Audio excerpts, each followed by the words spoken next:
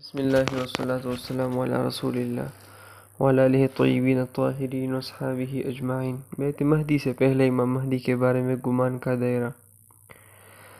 رہی بات گمان کی تو ارشاد ربانی تعالیٰ ہے ان الظن لا یغنی من الحق شیئا، کہ گمان تو کوئی حقیقی فائدہ نہیں دیتا۔ لہٰذا ان کی تعین کے مسئلے میں ہم یہی کہیں گے کہ بعض لوگوں کو یہ گمان ہو سکتا ہے کہ فلاں شخص مہدی ہو سکتا ہے بعض کو اپنے گمان پر یقین بھی ہو، مثلاً وہ یوں کہے کہ میرا فلاں کے بارے میں غالب گمان یہی ہے کہ وہ مہدی ہے، لیکن یہ بھی اندازہ ہی ہوگا،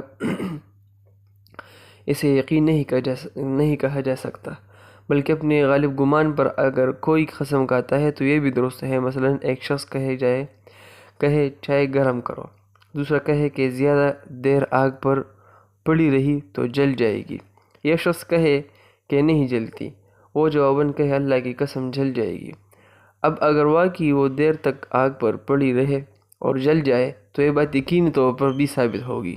لہٰذا امام مہدی کی شخصیت کی تعین میں ظنی طور پر قسم بھی کہی جا سکتی ہے، لیکن یقین کے طور پر نہیں۔ آپ یوں نہیں کہہ سکتے کہ واللہ فلاں ہی مہدی ہے، البتہ یوں کہہ سکتے ہیں کہ واللہ فلاں شخص میں تمام علامات پائی جاتی ہے۔ بہرحال امام مہدی علیہ رضوان ایک شخصیت ہے جن کے بارے میں روایات میں آتا ہے کہ وہ مکہ مکرمہ سے بھاگ کر مدینہ منورہ چلے جائیں گے اور ان کے پیچھے ایک فوجی دستہ بھیجا جائے گا۔ کیا امام مہدی کو اپنے بارے میں امام مہدی ہونے کا علم ہوگا؟ یہاں ایک سوال پیدا ہوتا ہے کہ کیا وہ بھاگ کر جانے والا شخص کیا یہ نہیں جانتا کہ وہ بھاگا ہوا ہے؟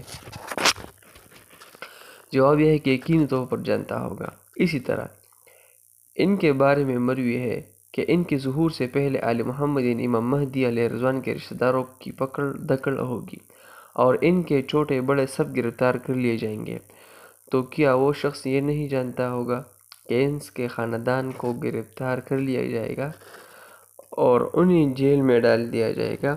یقیناً وہ جانتا ہوگا۔ پھر ان کے بارے میں روایت ہے کہ یمن کی ایک بستی سے نکلیں گے جس کا نام قرا ہے، تو کیا وہ شخص نہیں جانتا ہوگا کہ اس بستی کا نام قرا ہے؟ ضرور جانتا ہوگا۔ اسی طرح ان کی علامات شخصیت بھی مروی ہے، مثلا ان کا نام محمد بن عبداللہ ہے اور ان کے کندھے اور ران پر ایک نشان ہے، سامنے کے دونوں دانت انتہائی چمکدار ہے، ان کے درمیان فاصلہ ہے۔ حدیث میں اس طرح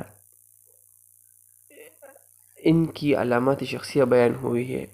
صلی اللہ تعالیٰ علی خیر خلقہ محمد و آلہ و اصحابہ اجمعین۔